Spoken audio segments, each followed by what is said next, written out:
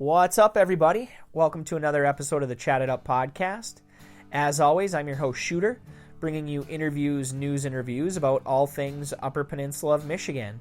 I've got a really great episode for you guys this week, but before we jump into that, I just wanted to take a couple of minutes and talk to you guys about the giveaway that I currently have going on, just in case you weren't already aware of it.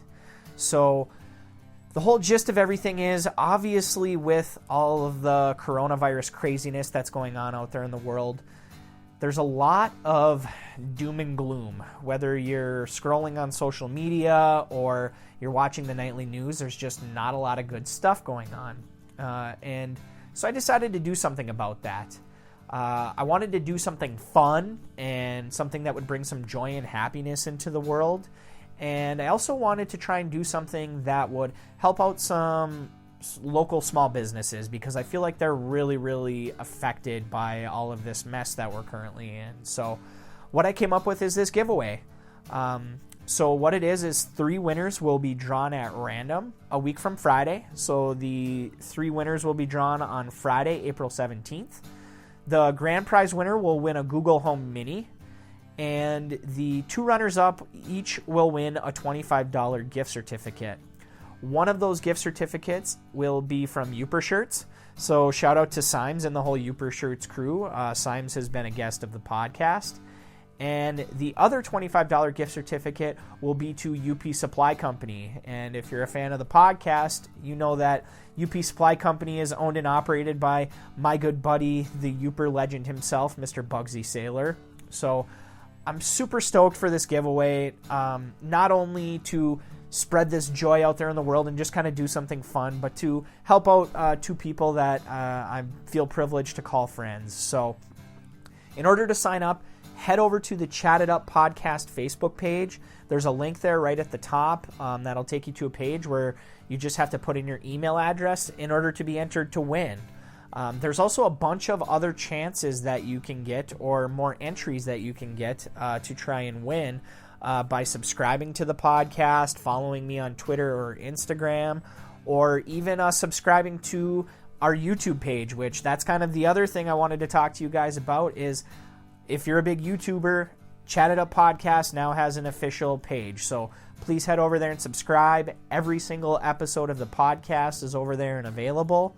And I'm super pumped about that. So that's the whole giveaway in a nutshell. So good luck to all you guys. I hope that you all sign up and give yourself a chance to win some cool prizes. With all of that being said, let's jump into this week's episode. So we'll start it the way we always start it, and that's with This Day in Youper History, which is brought to you by the good folks at pasty.com. That's pasty.com, and the Pasty Central Facebook page. So here is April 9th, This Day in Youper History. Pasty Central Day in History, April 9th. Famed U.S. architect Frank Lloyd Wright died on this day in 1959. Wright's designs are legendary, including offices, churches, schools, hotels, and museums. He was recognized in 1991 by the American Institute of Architects as the greatest American architect of all time. Only 2 homes by Wright are in the Upper Peninsula, the first built in 1902 near Cedarville at the eastern tip of the UP in Lake Huron on Marquette Island. The other is the Abby Beecher Roberts House, known as Deer Track, a house in the woods outside of the city of Marquette, the only one on the mainland of the UP built by Frank Lloyd Wright, who died on this day in 1959. Pasty Central Day in History, April 9th.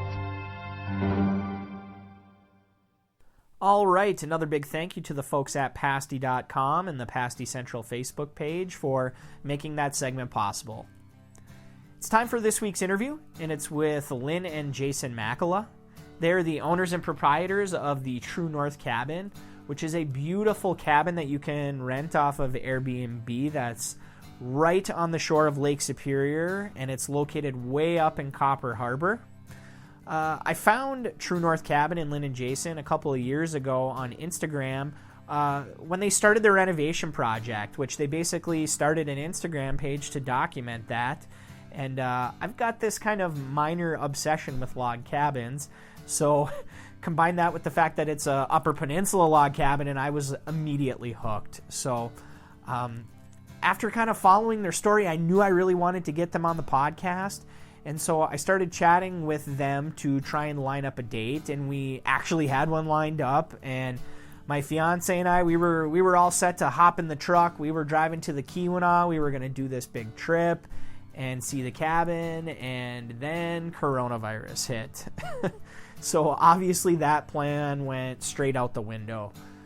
So at that point, we had to get creative, and thankfully with technology that there is out there, we were able to make an interview happen over Zoom chat. So I apologize if the audio quality isn't the greatest in the world, but what you're about to hear is basically my chat with them. So as always, I'm going to get the hell out of my own way and let the interview speak for itself. So without further ado, let's chat it up.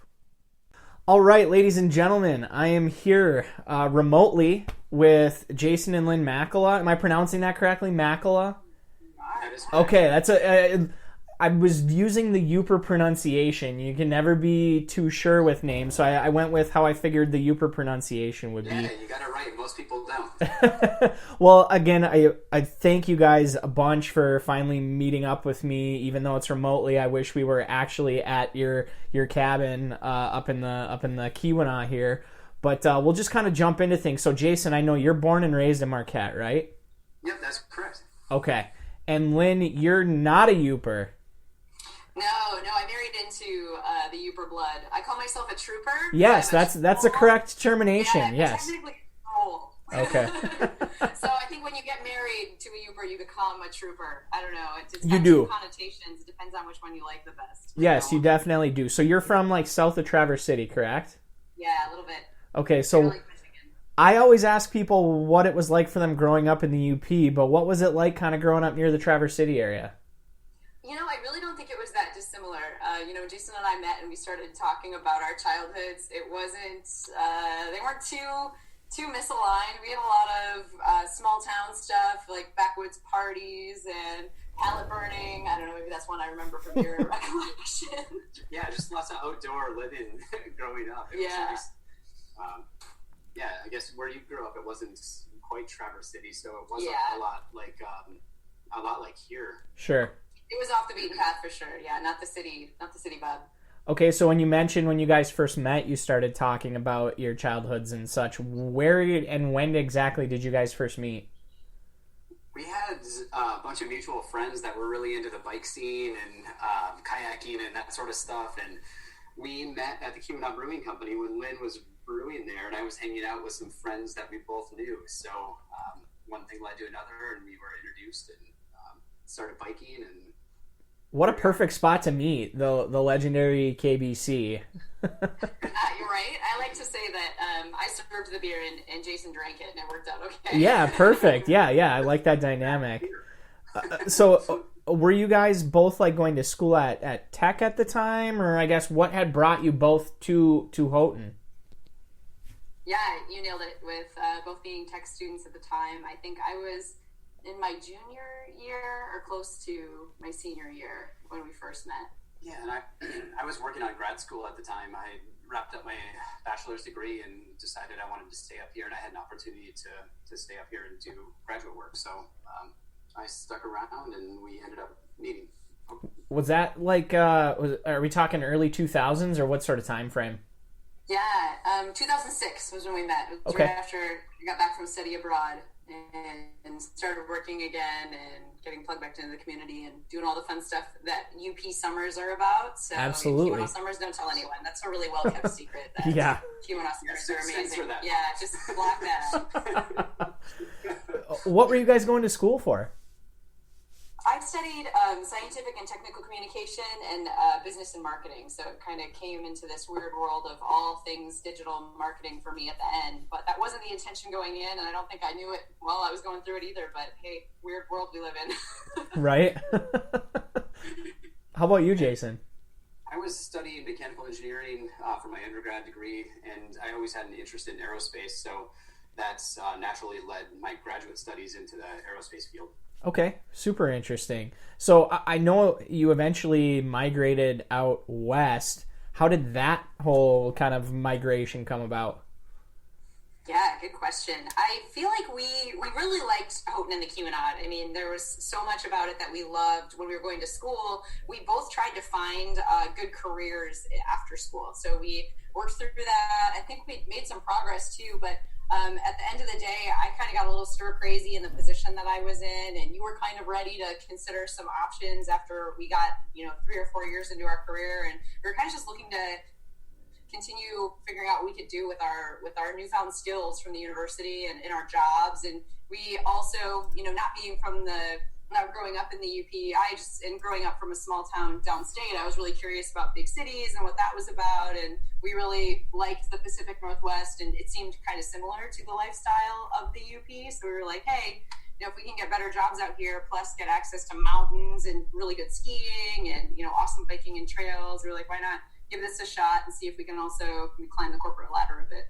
Yeah, so it was kind of a balance where we looked at what the P&W had to offer, and we were looking for different career opportunities, but then that whole balance that Lynn mentioned, where we love being outside and we love being near water and we love hiking and we love biking, so we wanted to be near the ocean and also near mountains. And, so we were pretty fortunate that we were able to find some work out west. Yeah, I think we knew pretty early on we weren't really city folks, so we were trying to find the cities that had access to other cool stuff, but we still really liked the city when we got there. I mean, so much good food and beer, which we're missing a little bit now, especially being socially distanced. That's interesting, though. As you're kind of describing the Pacific Northwest, or PNW as you called it, I'm starting to kind of see a lot of parallels to a lot of the stuff that is attractive about, or I should say, what draws a lot of people back to the UP, people around our age that have figured out the career thing, and then it's okay, well, how can we get back to that point? So I find that really interesting. As far as your transition back, I guess, what made you kind of decide then, once you had gone out there, figured out the career thing, and you were enjoying it, I guess, what led you or drew you back to the UP? That was kind of multifaceted. We had obviously a lot of family back here, and it was that was one of the big draws to coming back. But I also had an opportunity to join a really good friend of mine or a couple of good friends of mine to start a business. So we took that opportunity and decided to. It was a sign, kind of. It was kind of like he was trying to woo us back. Jason's really good friend, and he was like, "You guys should really come back." And we had, we were pretty settled out there. We had a house. We had, we weren't loving the commutes, because cities are hard with commutes, but we had really good jobs, and we were pretty stable there. We came back, and like I mentioned, we spent some time in the UP before we moved out west. And we reached out on Facebook to a bunch of our old friends, and we told just anyone that we were going to be back and we'd love to just meet up for drinks at the KBC if anyone's around. And 40 people showed up to hang out with us after we've been gone for 4.5 years. Okay. And it was just random people. I mean, all different, places and times that they knew us from our time spent here at college and, in our careers. And so we had that. We had, Jason's boss trying to woo us back, essentially. But then, to add insult to injury, the night we were kind of in this revelation of like, oh gosh, should we move back? We got this really awesome bottle of bourbon and sat on the shore on I can't mention, an undisclosed location in the Keweenaw Peninsula. Okay. And it just so happened that the northern lights were out that night. And nice. Yeah, I know, right? It was just like the perfect culmination of things that were just like, you guys actually need to come back. It was seriously serendipitous. It was just like a friend, that's more like family than a friend, had this opportunity that he was trying to build. And then when Lynn mentioned all the people that were at the KBC, they were kind of like the family that we built up here. And when we went out and we were trying to make these hard decisions and sitting on the shores of Superior and watching. This was in April. It was freezing. Yeah, we were just freezing our butts off. And watching the best show that nature has ever put on. Right. Yeah, so we're like, oh my gosh, it's just like, I get goosebumps talking about it. It's just like one thing after another. We had to do it. You can't see the Northern Lights from Seattle. As it No, turns out. no. That's not a thing. So you have that goosebump moment. What's that next step then? How do you put that action into motion? What was kind of your next step from there to like make this a reality? That was just a plan, right? Jason had the opportunity to move back. I had to figure out what my job looked like and if there was options for me to take that back or what that would really take it back and work remotely or, figure out alternative work.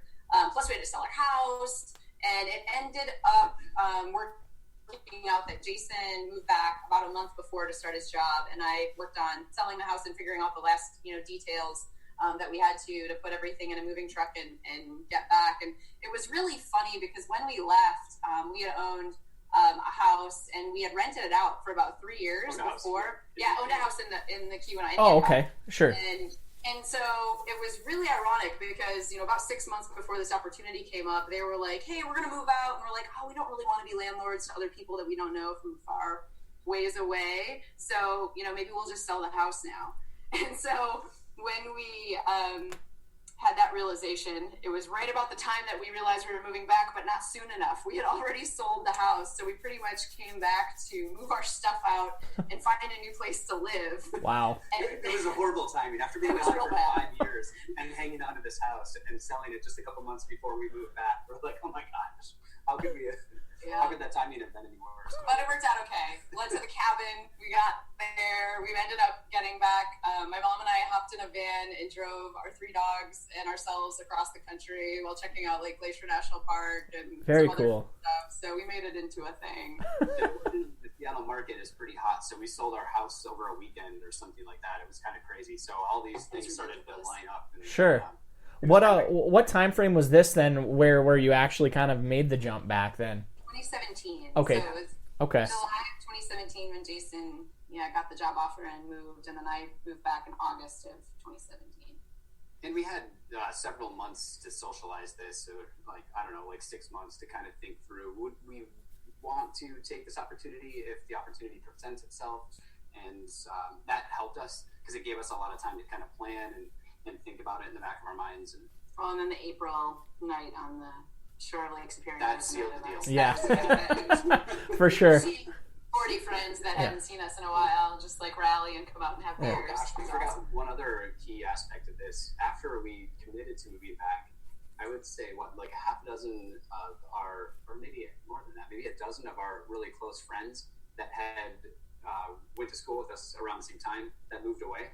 They all found their way back around the same time. Oh wow. So it was unbelievable. We like to say we're trendsetters, yet I know this boomerang effect has been around for a really long time. But after we got back and I was working remotely, I started to go a little stir crazy, and we decided to open a co-working space and figured that out. But in the meantime, a bunch of our friends, like Jason mentioned, actually moved back, and one of them pretty much, like of the couples and kind of the people that we knew, one of them had a job locally and one of them was able to bring a job back remotely. So it was just kind of a cool, convergence of all the things, plus technology and plus, being able to get back. So yeah, that's kind of a common theme. I've chatted with a few different people that I know, both on the podcast and obviously just kind of personally that have moved back, and there's always that dynamic of usually one or the other significant other has a set job that can bring them back here, but then the other one has to try and kind of use that technology piece like you mentioned and either work remotely or try and figure out a different kind of gig. So it's always interesting to kind of hear how that dynamic and how it plays out. So as far as your cabin and really, what I'm the guts of what I'm here to talk to you about, do you think that owning your house and renting it out prior, do you think that kind of influenced you to then purchase the cabin, or was this kind of just a shot in the dark that you wanted to follow this dream? I think it was a combination. We've been remodelers for a while. Okay. And landlords for roughly a decade. So don't say landlord, it sounds so awful. Or we've rented places out for like a decade. Anyway, I would, you might get a different answer from both of us also. So I had no desire whatsoever to buy a property and then have to completely gut and remodel it. I've got my hands full with the work and everything else that we're trying to do and reconnect with family, friends here and everything. But Lynn loves looking at real estate. So she found this cabin and we were going for a Keweenaw cruise and decided to swing by. And I gave her the disclaimer out of the gate. I have no interest in buying a cabin, especially one that needs to be remodeled at that time in our lives. And this is like a year and a half ago or 2 years, whatever. So we drove up there, we pulled into the driveway, we started walking around the property, and I'd say we were both very quiet. We were just looking around, taking it all in, and I didn't want to admit that I immediately loved it. So we could see the potential, and I tried to like keep all that in, but he doesn't have a good poker face. So he was trying really hard to not like it. I tried so hard to not like it. Yeah, you could have cut the silence with a knife. The place needed some serious love, and the potential, though, it was just like, it was unbelievable potential there. So one thing led to another, and here we are.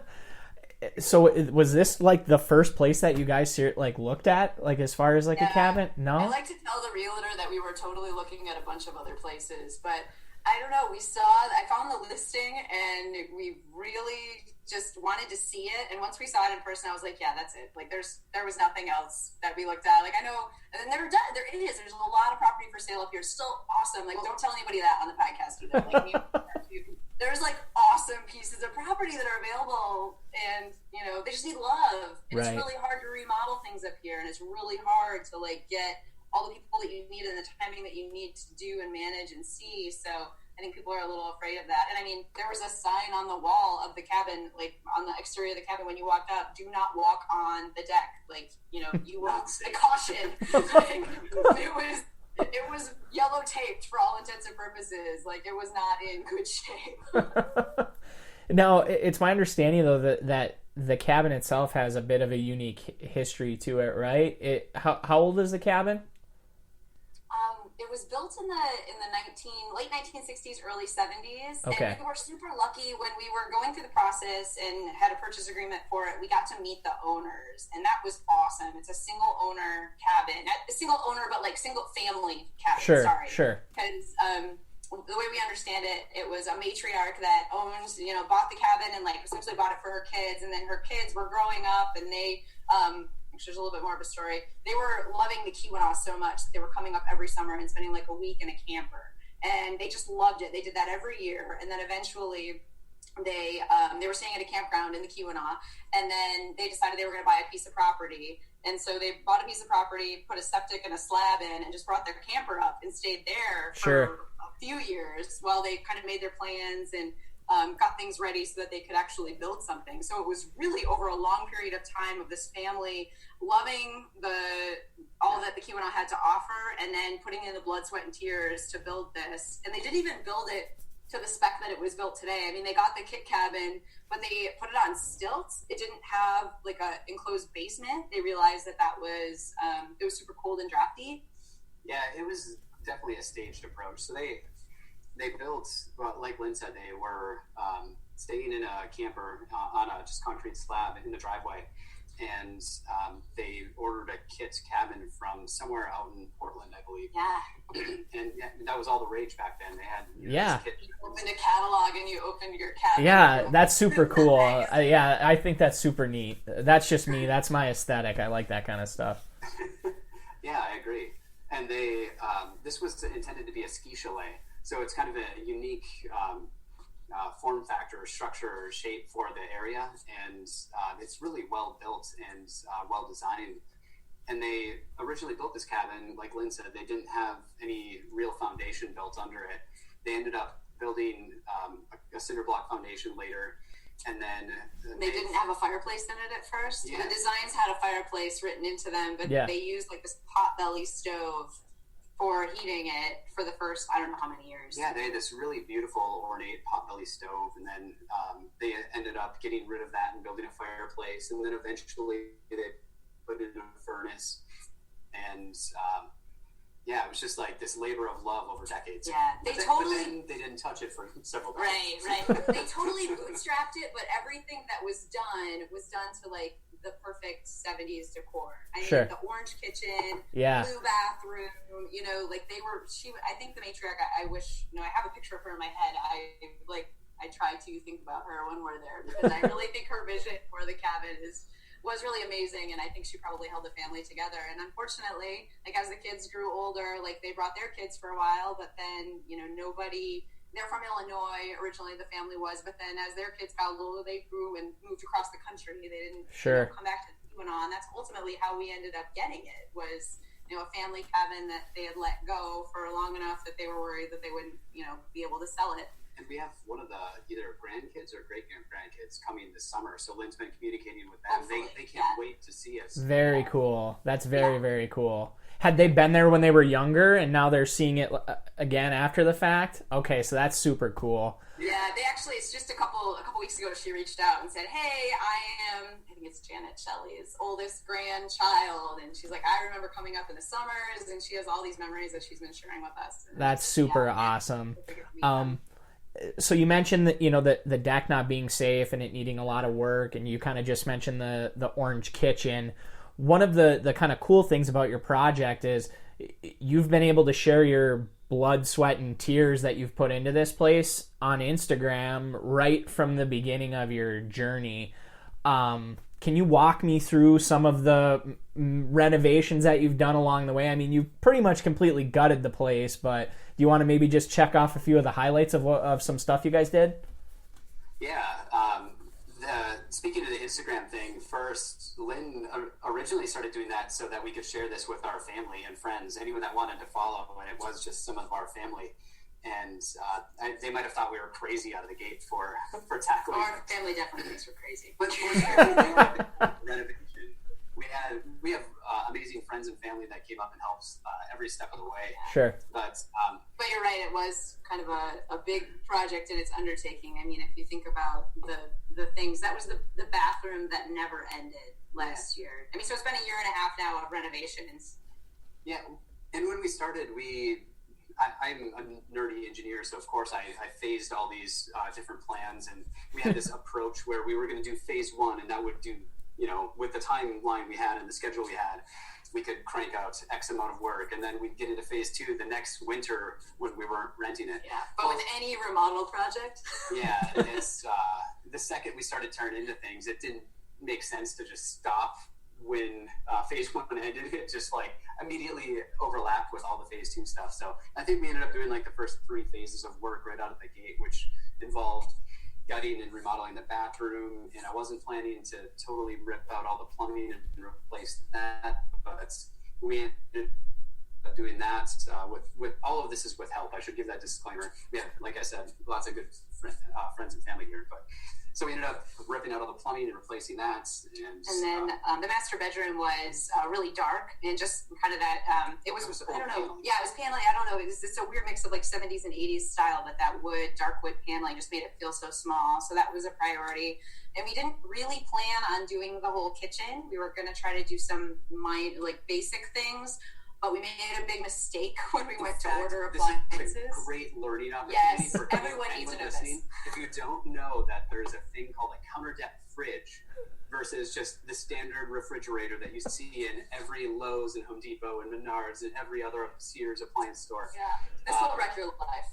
Yeah, I had no idea that there was a thing called and you have to special order the counter depth fridges. You would think that every refrigerator that you would see on the floor would just fit with counters. Yeah, the depth of a counter. So unfortunately, we bought the fridge just sight unseen. We measured most of the dimensions. I mean, I thought we were pretty good remodelers, but we measured most of the dimensions, and we were like, "This is right." We just assumed the depth was right. That was a dumb assumption in hindsight, but that kind of wrecked our lives because that required Jason's creative engineering to figure out a place for it, but that also kind of forced the remodel of more of the kitchen than we anticipated in the first year. So it was ultimately the best idea for the entire cabin. I mean, we took over a pantry and lost a little bit of bedroom space, but got the refrigerator into the wall so that you don't even notice it now, and gained a ton of extra counter space in the kitchen. So sure.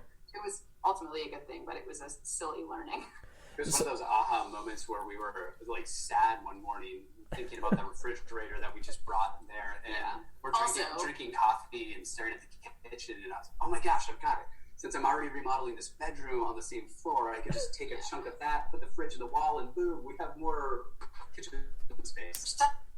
Sounds really easy, but you're only remodeling on the weekends. And I mean, the alternative was, we were like, oh, we could like call Lowe's and see if they could exchange it. And the very idea of that, like Lowe's is 3 hours away. Yeah. The guy when he brought the fridge in, because it's like down a hill, and like the whole idea of removing and fixing the problem that we created was a little intimidating. So it was easier to move a wall, I guess. I don't know if that's the takeaway.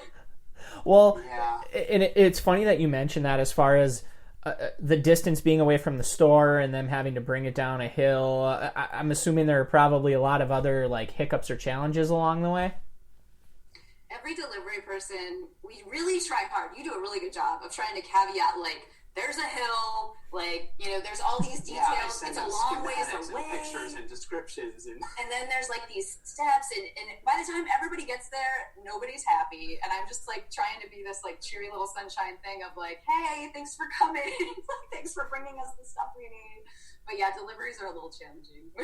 Yeah, I've learned that the folks that you're talking to on the phone when you have things delivered, even locally or far away, they don't communicate what you tell them to the delivery driver, and I feel bad for those folks.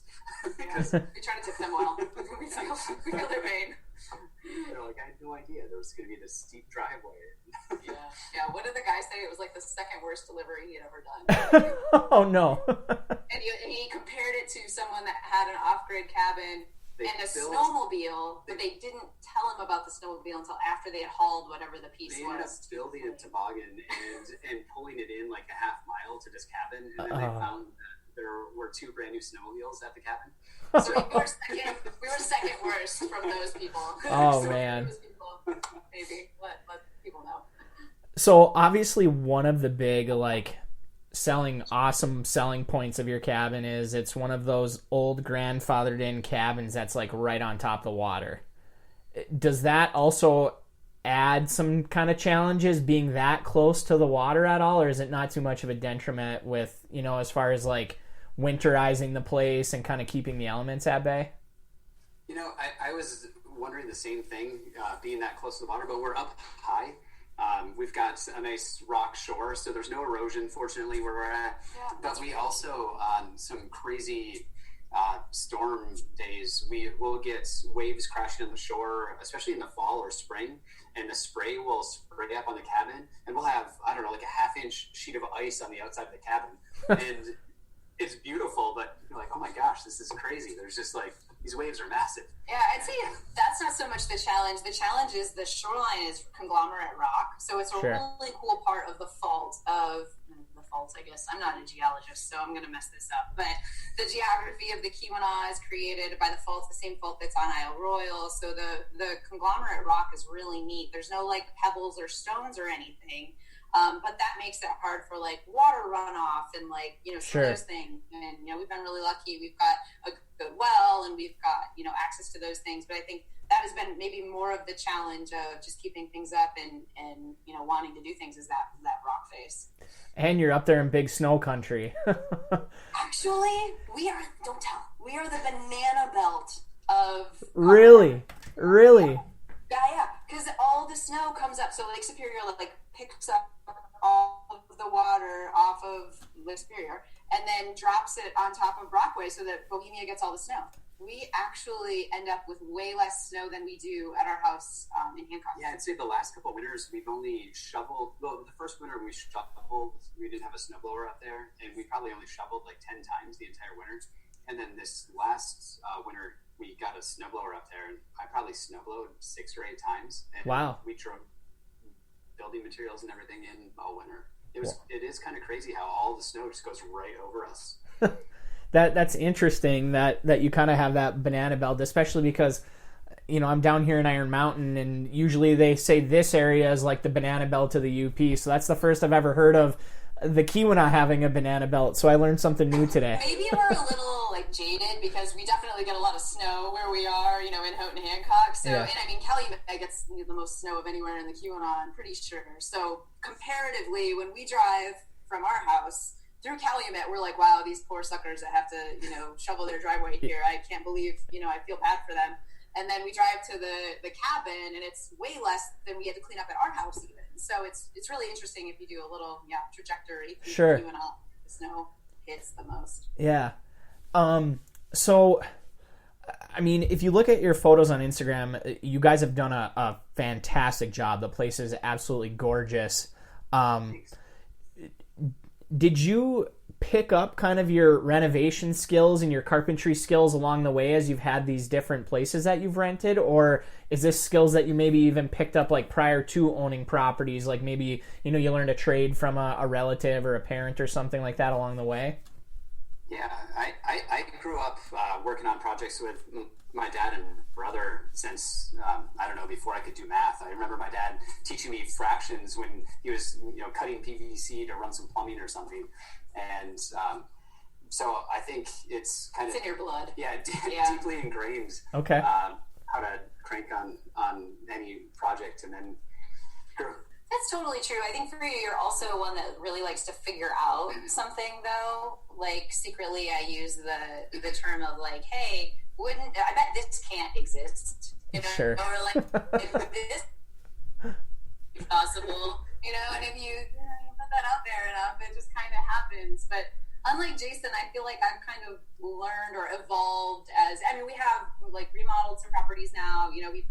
We've evolved as people, since we were students and since we moved out west, and we just kind of taken all the experiences we've had in life and kind of created like our perfect place in the cabin. And that's, coming from so much. I feel like it's coming from, we really draw on the Scandinavian principles and like lifestyle and thinking from a design aesthetic, like simple, modern, clean to the extent that we can, but also, try to bring in the cozy and, those elements of what I like to add with the design, but Jason's 100% like infrastructure and all of those pieces. So I got nothing on that. Do you guys breathing life? Sorry, I didn't mean to cut you off. Go ahead. What were you saying? I just love breathing life back into something that had it been left alone, it would probably not exist anymore. So it is a lot of fun to just take that next watch and make something better. I feel like that's the big takeaway from the cabin. Like, it needed someone, and I think, we were the people that it needed, but we also love to, we both have complementary skills. Like, we don't like to work on the same projects at the same time. We are too married for that to work out well. That was going to be my next question, was your dynamic as far as how that works with being married and working on a renovation together. So I'd say 95% of the time we work in different rooms, and then there's 5%. Yeah. I think we are really aligned on a vision and an idea, and how we get there is both different, and how we both apply our skills and our ideas to it. But we're very much in check with like how it's going overall. Like, big picture, we're on the same page, but on the detail level, like, he does it differently than I do it, and I don't load the dishwasher properly, and like there's a whole thing. We're learning all sorts of stuff. I think at the end of the day, we both put in equal effort, and it is very different complementary. areas. And fortunately, when we plan these projects, it ends up working out that we're both up there all the time for almost the same number of hours, start to finish. And over the course of that time, we both just knock different parts of the project out of the park. So it's it's very complimentary. And I'm working very hard at learning my power tool skills. Liz. I'm trying to bring that along. She learned how to tile last year, and she's been killing that. And yeah. Now, last weekend, she learned how to use a compound miter saw, a table saw, and a planer. Meanwhile, if anybody wants to be our apprentice, we have open positions. So we can more than willing to train able-bodied and interested workers. Well, I'm curious to know for each of you, what's your favorite part of the cabin?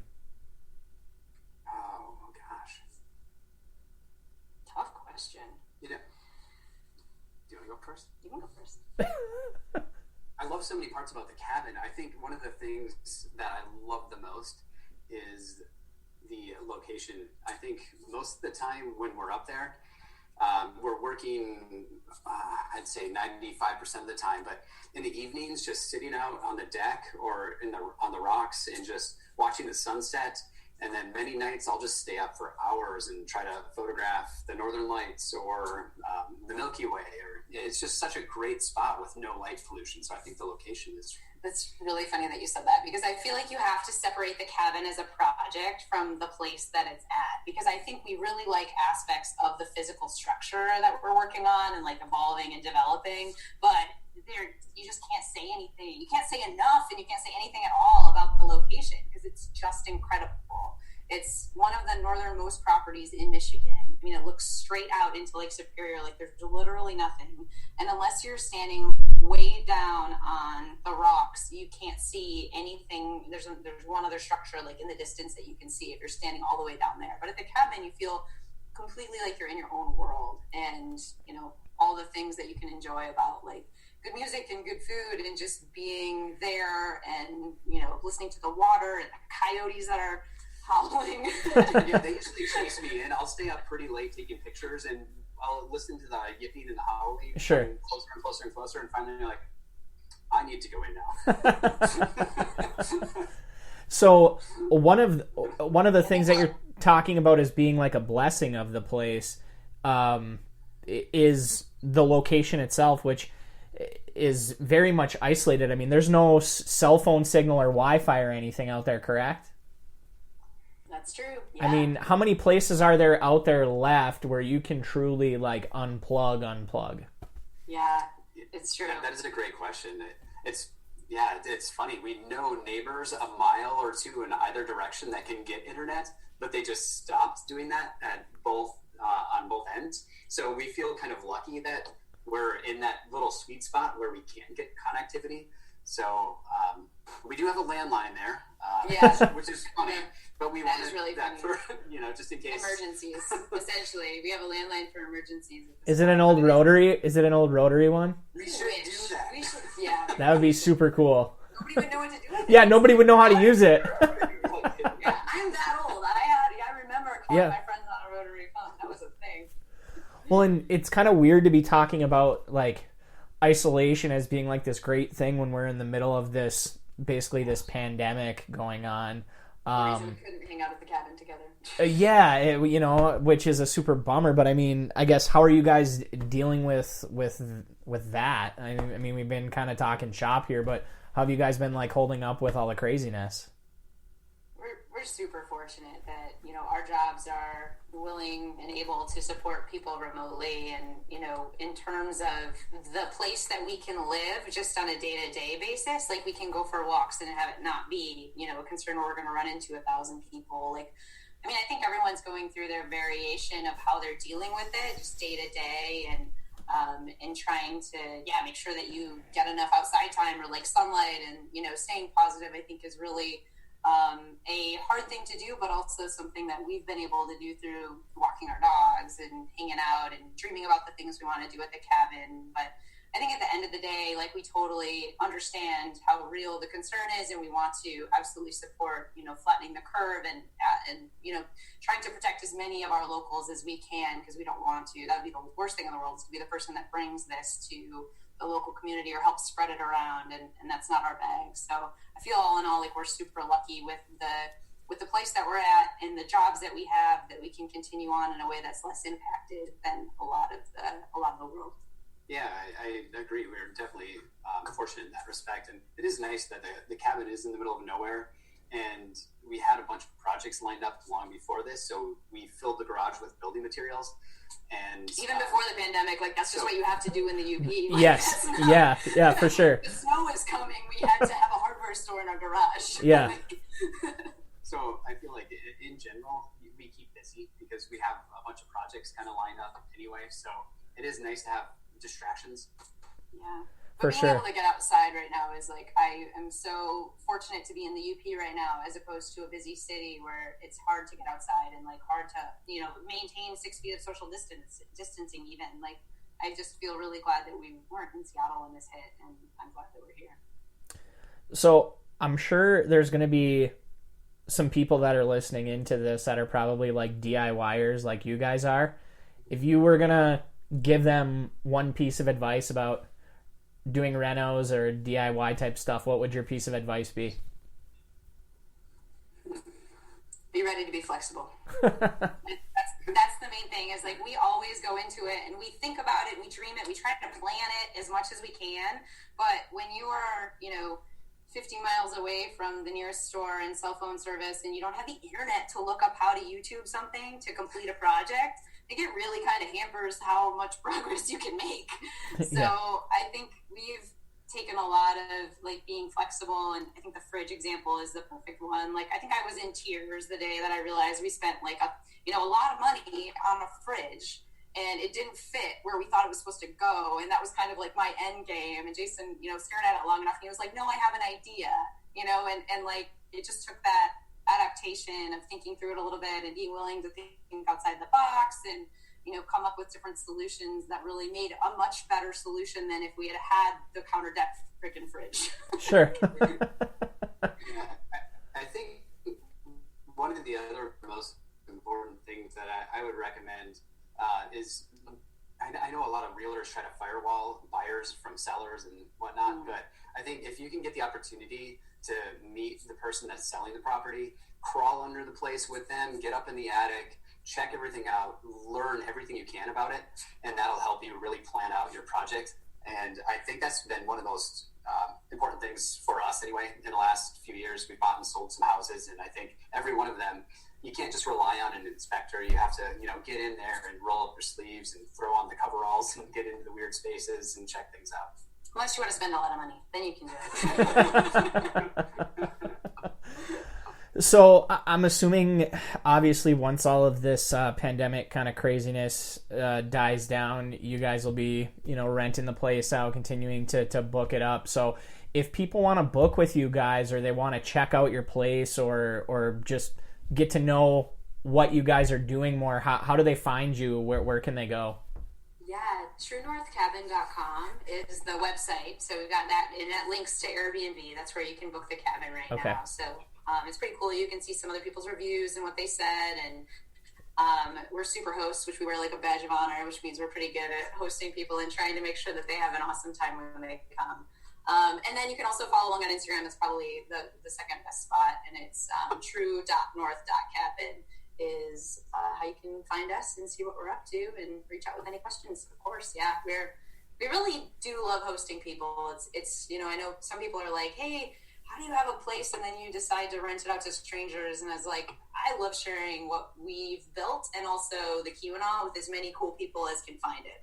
So if and I do think it's a lot of cool people that are renting out our place and coming to the Keweenaw these days. Yeah, we've actually made some really good friends from renting the cabin, and we've kept in touch with a lot of the people that have rented the place. So it's been great. This area seems to attract like-minded, or not like-minded, but people that are seeking, outdoor activities and also relaxation and beauty and to be off the grid and everything. So we've really connected with a lot of these people that have come up, and it's been fantastic. We made a lot of friends. Yeah, everyone that can seek those aspects of like being in a solitary place, listening to the waves of Lake Superior like lap against the rocky shore and watch the sunsets, and drink good beverages. You guys, with your answer just now, you basically answered what my next question was going to be. As I was going to have you guys kind of give me your 60-second elevator pitch as to like how you would talk somebody into coming to the cabin. But I mean, you sold me anyways. You're talking about sitting on the lake, having drinks, you're isolated. Like I'm sold. I'm sure a lot of other people, are sold too based off of that. That's awesome. Yeah.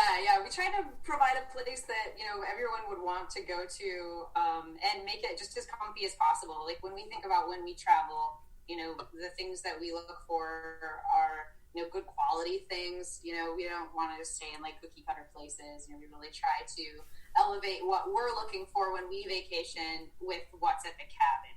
That's our main goal. It's essentially like you're staying in our pseudo home that we love to stay at most of the time too. So it's not like you're in a place that's just meant to rent. But that's a good point. Lincoln also reaches out to all of the people that book with us and tries to tailor their experience. So if they're into good food, we send them.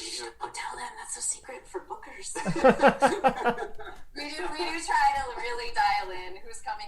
they're coming. So Sure. we have a lot of people that come for anniversaries and honeymoons, and so we try to make that a really special experience because, you know, you can't get away from things and like enjoy your life enough these days with all the distractions of social media until the pandemic happened. So maybe now I have extra competition, but we do try to make it a really special experience and stay. And the Keweenaw, you know, always provides with whatever hiking or biking or interesting, you know, historical thing that you're into.